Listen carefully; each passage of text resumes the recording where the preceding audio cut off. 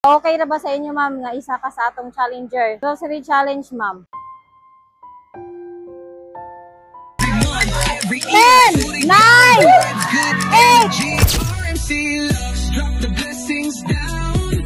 RMC loves love all around town. RMC loves di lang views ang goal.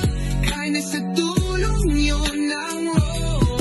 RMC loves from the streets. Hello mga ka-RMC Load. So today, ang atong adlaw nga gihulat para sa atong grocery challenge para sa atong mga PWD na mga challenger. O karon padulong ta sa balay ni Ma'am Perla ato siyang bisitahon ug unsay iyang sitwasyon sa iyang panimalay. So tara, let's go.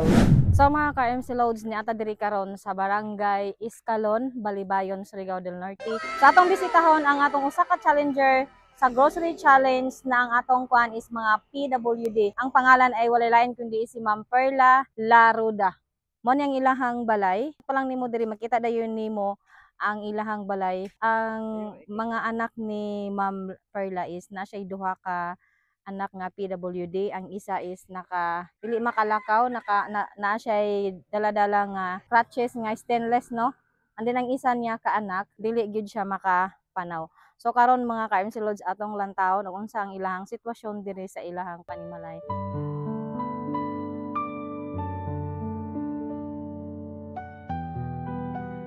Ako si RMC Lax, ma'am, charity vlogger. So okay na ba sa inyo, ma'am, nga isa ka sa atong challenger karong adlaw? Grocery challenge, ma'am. Ako to si Perla Laruda, taga Sitio Iscalon, Purok City, Barangay Cagniyog. Ako'y duha ka PWD, babae ug lalaki. Ang isa 10 years old, ang isa sa 10 years old. Si PG, late motor development ni siya. Kalipod si Nova, ni siya, cerebral palsy. Actually, wala na ko'y bana. Sa akong sitwasyon ko man, naningkamot ko para sa ako anak, mga anak. Nanarbahuan ako, aron lamang na ako'y ka.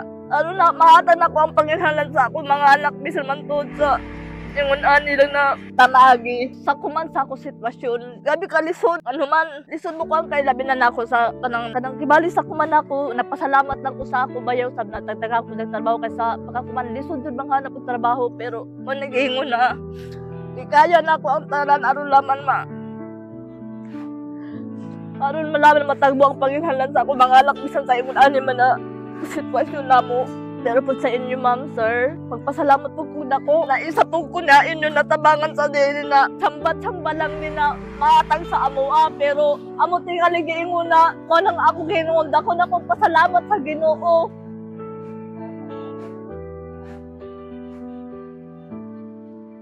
Ako to, si Perla Laruda, taga Sitio Iscalon, Barangay Cagniyog. Natod ko duha ka bata disabled. Ang pangalan si PG Duwaman ug Nova Duwaman. So galingan mo sa imong pag-challenge, ma'am. I know nga gikinahanglan nimo na tanan sa imong sud sa panimalay. Okay, 1, 2, 3, go! Go! Ay! Uy, pamit na! Ay! Dali, pamit na, ma'am! Sige,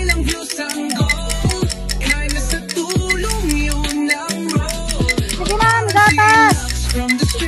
Okay, go!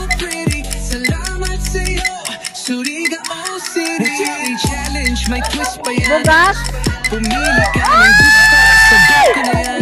Ah, sige, kana, go! Sige! Isa yun, isa yun! Isa, sige. Your time is 20 seconds. Oh, sige, go! Sa kids, watch them run, watch them cheer.